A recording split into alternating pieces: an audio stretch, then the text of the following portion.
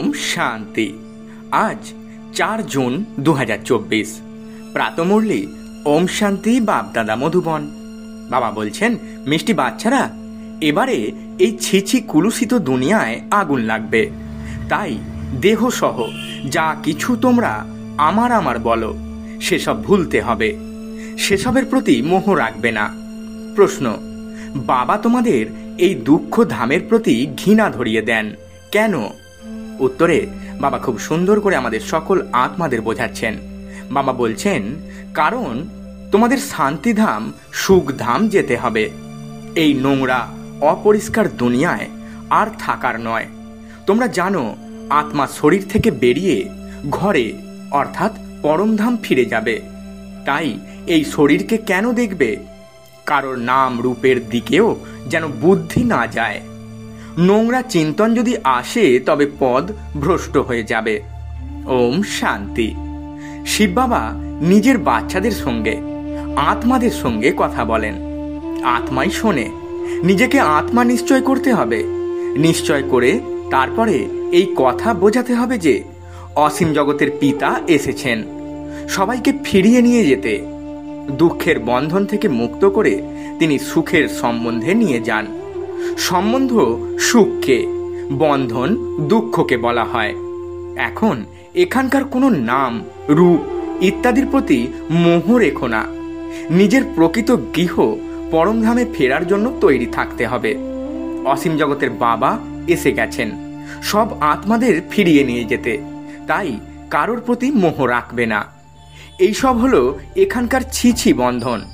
তোমরা ভাবো, আমরা এখন পবিত্র হয়েছি, তো আমাদের শরীরটাকে কেউ যেন স্পর্শ না করে অপবিত্র ভাবনা নিয়ে। সেসব চিন্তাও দূর হয়ে গেছে। পবিত্র না হয়ে ঘরে ফিরতে পারবে না। দণ্ডভোগ করতে হবে না শোধরালে। এই সময় সব আত্মাই হলো ভুল, বেঠিক। নিজের শরীর সহযোগে ছিছি কর্ম করে। ছিছি দেহধারীদের প্রতি মোহ রয়েছে। বাবা এসে বলেন, এইসব নোংরা চিন্তন সব ত্যাগ করো। আত্মাকে শরীর ত্যাগ করে ঘরে ফিরতে হবে। এই দুনিয়া হলো অত্যন্ত ছিছি দুনিয়া। এখানে তো আর তোমাদের থাকবার নয়। কাউকে দেখার তোমাদের ইচ্ছাও হয় না। এখন তো বাবা এসেছেন স্বর্গে নিয়ে যেতে। বাবা বলেন, বাচ্চারা, নিজেকে আত্মা নিশ্চয় করো। পবিত্র হওয়ার জন্য বাবাকে স্মরণ করো। কোনো দেহধারীর প্রতি মোহ রেখো না। আকর্ষণ যেন একবারেই না থাকে।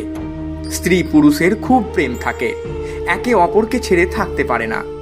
এখন তো নিজেকে আত্মা ভাই নিশ্চয় করতে হবে। কুচিন্তন করা উচিত নয়।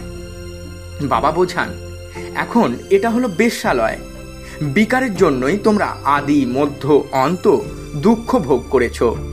বাবা ঘৃণা ধরিয়ে দেন। এখন তোমরা স্টিমারে বসে আছো যাওয়ার জন্য। আত্মা বুঝেছে এখন আমরা যাচ্ছি বাবার কাছে। এই সম্পূর্ণ পুরানো দুনিয়ার প্রতি বৈরাগ্য অনুভব হয়।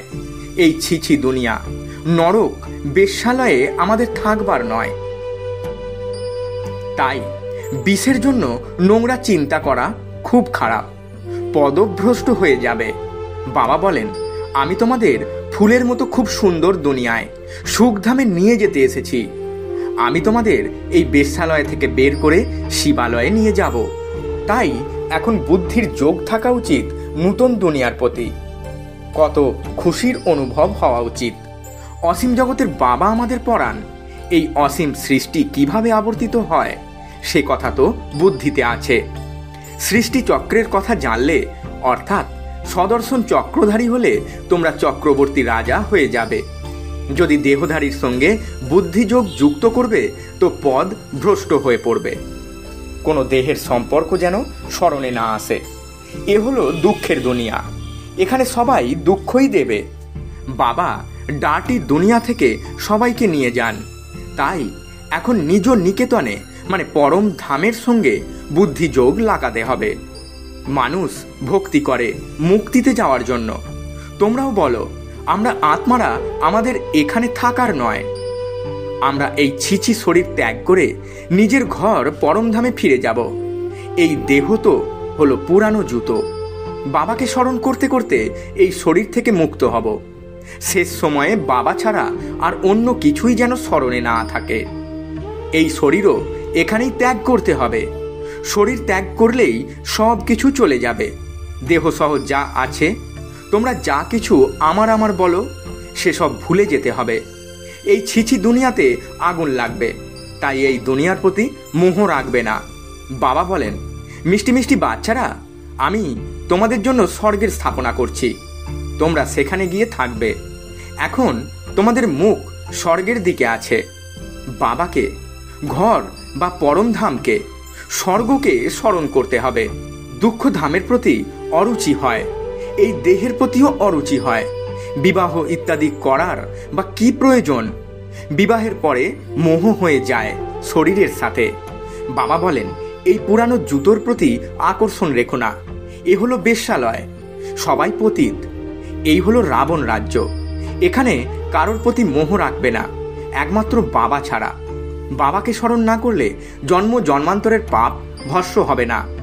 তারপরে দণ্ডভোগ করাও খুব কষ্টকর, পদভ্রষ্ট হয়ে যাবে।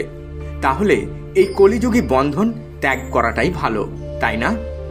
বাবা সবার জন্য অসীম জগতের সব বিষয় বোঝাচ্ছেন। যখন রজপ্রধান সন্ন্যাসী ছিলে, তখন দুনিয়া এত নোংরা ছিল না। জঙ্গলে বাস করত, সবাই খুব আকৃষ্টও হতো। মানুষ সেখানেই তাদের খাবার পৌঁছে দিত। তারা নির্ভয়ে বাস করত। তোমাদেরও নির্ভয় হতে হবে। এর জন্য বিশাল বুদ্ধি চাই। বাবার কাছে এলে বাচ্চাদের খুশির অনুভব হয়। আমরা অসীম জগতের বাবার কাছে সুখধামের অবিনাশী অধিকার প্রাপ্ত করি। এখানে তো অনেক দুঃখ আছে, কত রকমের কঠিন সাংঘাতিক অসুখ ইত্যাদি হয়। বাবা তো গ্যারেন্টি দিয়ে বলেন, তোমাদের সেখানে নিয়ে যাই যেখানে দুঃখ, অসুখ ইত্যাদির নাম চিহ্ন নেই। অর্ধেক কল্পের জন্যে তোমাদের হেলদি করি।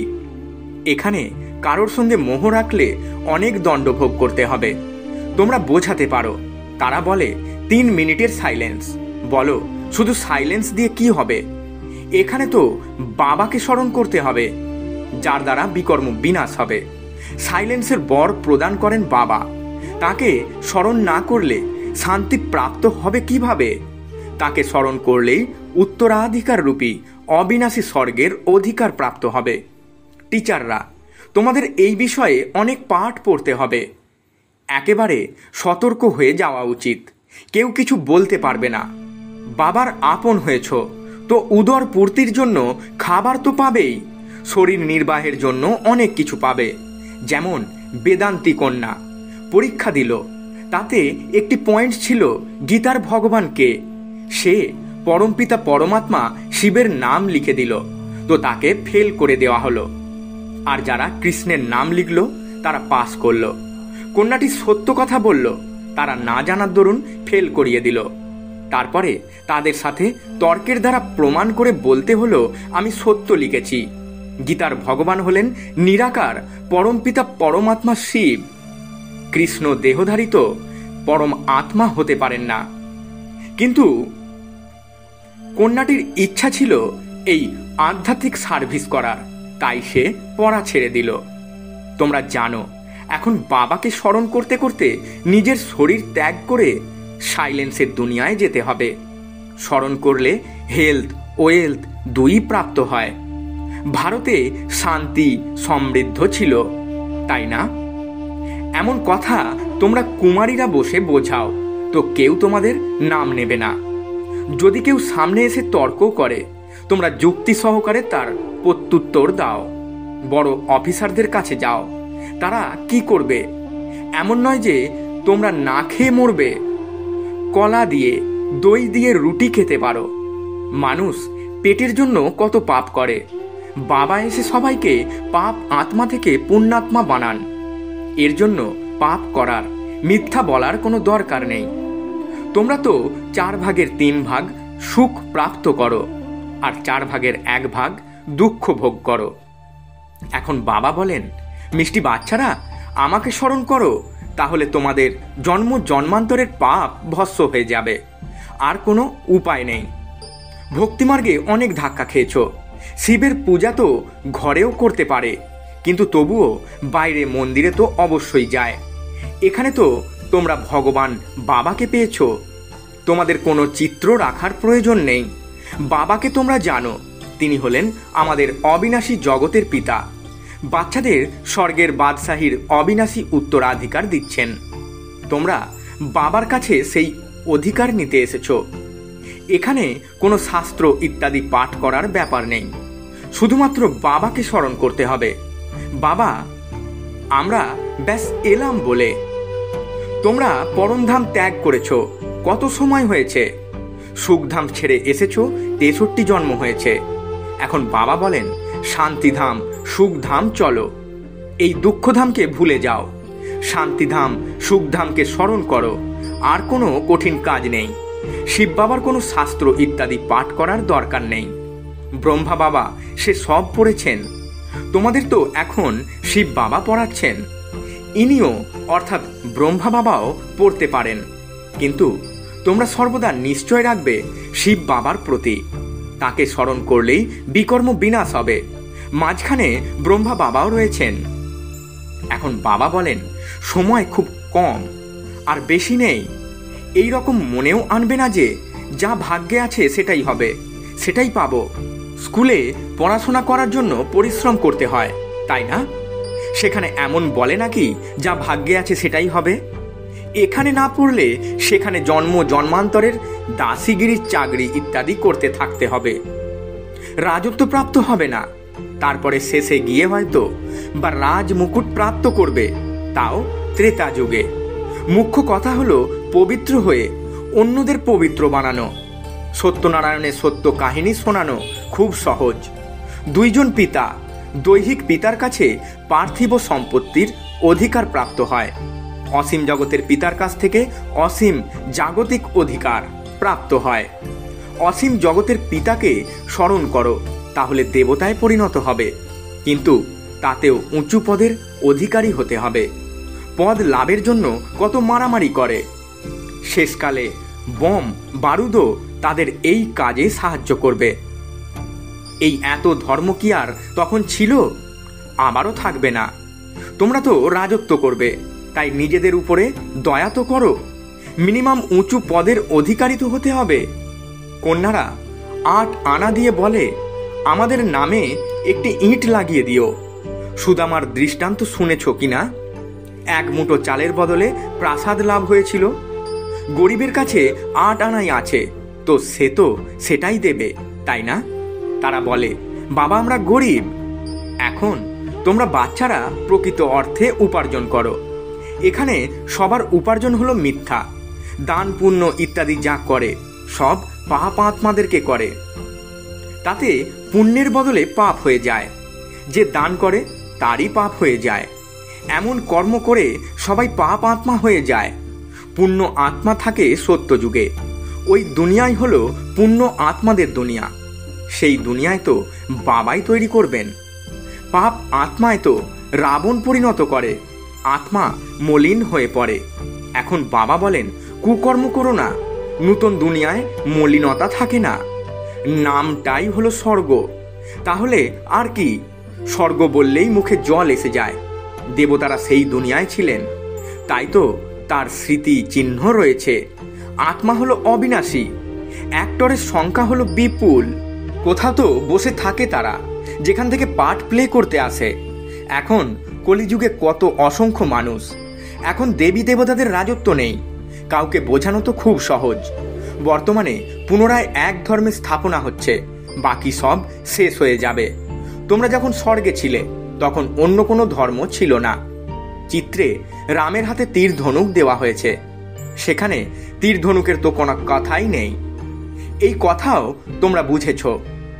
যে যা সার্ভিস করেছে কল্পপূর্বে সেটাই এখনো করে। যে অনেক সার্ভিস করে সে বাবার প্রিয় হয়। লৌকিক পিতার যে সন্তান ভালোভাবে পঠন পাঠন করে, পিতার স্নেহ তার প্রতি বেশি থাকে। যে ঝগড়াঝাটি করে খাবে তার প্রতি অত স্নেহ কি থাকবে? সার্ভিসেবল বাচ্চারা বেশি প্রিয় হয়। একটি গল্প আছে, 2 বেড়াল লড়াই করে, মাখন কৃষ্ণ খেয়ে নেয়। সম্পূর্ণ বিশ্বের বাদশাহীরূপী মাখন তোমরা প্রাপ্ত করো। অতএব এখন আর গাফিলতি করবে না, ছিছি হয়েও না। এসবের পিছনে গিয়ে নিজের রাজত্ব হারিয়ে ফেলো না। বাবার ডাইরেকশন প্রাপ্ত করেছো, স্মরণ না করলে পাপের বোঝা বাড়তে থাকবে, তারপরে অনেক দণ্ড ভোগ করতে হবে, তখন চিৎকার করে কাঁদবে। তোমরা 21 জন্মের বাদশাহী প্রাপ্ত করো, এতে ফেল হলে খুব কাঁদবে। বাবা বলেন, না পিতৃগৃহ না শ্বশুর গৃহের কথা স্মরণ করবে, ভবিষ্যতের নূতন গৃহের কথাই স্মরণ করতে হবে। বাবা বোঝান, কাউকে দেখে লাট্টু হয়ে যেও না, ফুল হতে হবে। দেবতারা ছিলেন ফুল, কলিযুগে তোমরা কাঁটা ছিলে, এখন তোমরা সঙ্গম যুগে খুব সুন্দর সুন্দর ফুলে পরিণত হচ্ছ। কাউকে দুঃখ দেবে না, এখানে এমন স্বরূপে পরিণত হবে, তবে সত্য যুগে যাবে। আচ্ছা, মিষ্টি মিষ্টি হারানিধি বাচ্চাদের প্রতি মাতা পিতা বাপদাদা স্মরণে স্নেহ সুমন আর সুপ্রভাত। আত্মাদের পিতা তার আত্মারূপী বাচ্চাদেরকে জানাচ্ছেন নমস্কার। আমরা আত্মারূপী বাচ্চারা আমাদের আত্মারূপী মাতা পিতা বাপ দাদাকে জানাই স্মরণে স্নেহ সুমন আর সুপ্রভাত এবং শত কোটি নমস্কার। ধারণার জন্য মুখ্য সার। প্রথম পয়েন্ট, অন্তিমকালে একমাত্র বাবা ছাড়া অন্য কেউ যেন স্মরণে না আসে, তার জন্য এই দুনিয়ার কারোর প্রতি মোহ রাখবে না, ছিছি শরীরগুলিকে ভালোবাসবে না, কলিযুগী বন্ধন মেটাতে হবে। দ্বিতীয় পয়েন্ট, বিশাল বুদ্ধির হয়ে নির্ভয় হতে হবে। পূর্ণ আত্মা হওয়ার জন্য কোনো পাপ এখন আর করবে না, পেটের জন্য মিথ্যা বলবে না, এক মুঠো চাল সফল করে প্রকৃত সত্য উপার্জন জমা করতে হবে, নিজের উপর দয়া করতে হবে। বরদান, পরম আত্ম ভালোবাসার দ্বারা নিজেকে বা বিশ্বকে নির্বিঘ্ন বানানো, তপস্বী মূর্তি ভব। ব্যাখ্যায় বাবা বলছেন, এক পরমাত্মার লগনে থাকাই হলো তপস্যা। এই তপস্যার শক্তি নিজেকে আর বিশ্বকে সব সময়ের জন্য নির্বিঘ্ন বানাতে পারে। নির্বিঘ্ন থাকা আর নির্বিঘ্ন বানানোই হলো তোমাদের সত্যিকারের সেবা, যেটা অনেক প্রকারের বিঘ্নের থেকে সকল আত্মাদেরকে মুক্ত করে দেয়। এই রকম সেবাধারী বাচ্চারা তপস্যার আধারে বাবার থেকে জীবন মুক্তির বরদান নিয়ে অন্যদেরকে প্রদান করার নিমিত্ত হয়ে যায়। স্লোগান, ছড়িয়ে থাকা স্নেহকে একত্রিত করে এক বাবার সাথে স্নেহ রাখো, তাহলে পরিশ্রম করা থেকে মুক্ত হয়ে যাবে। ওম শান্তি। নমস্কার।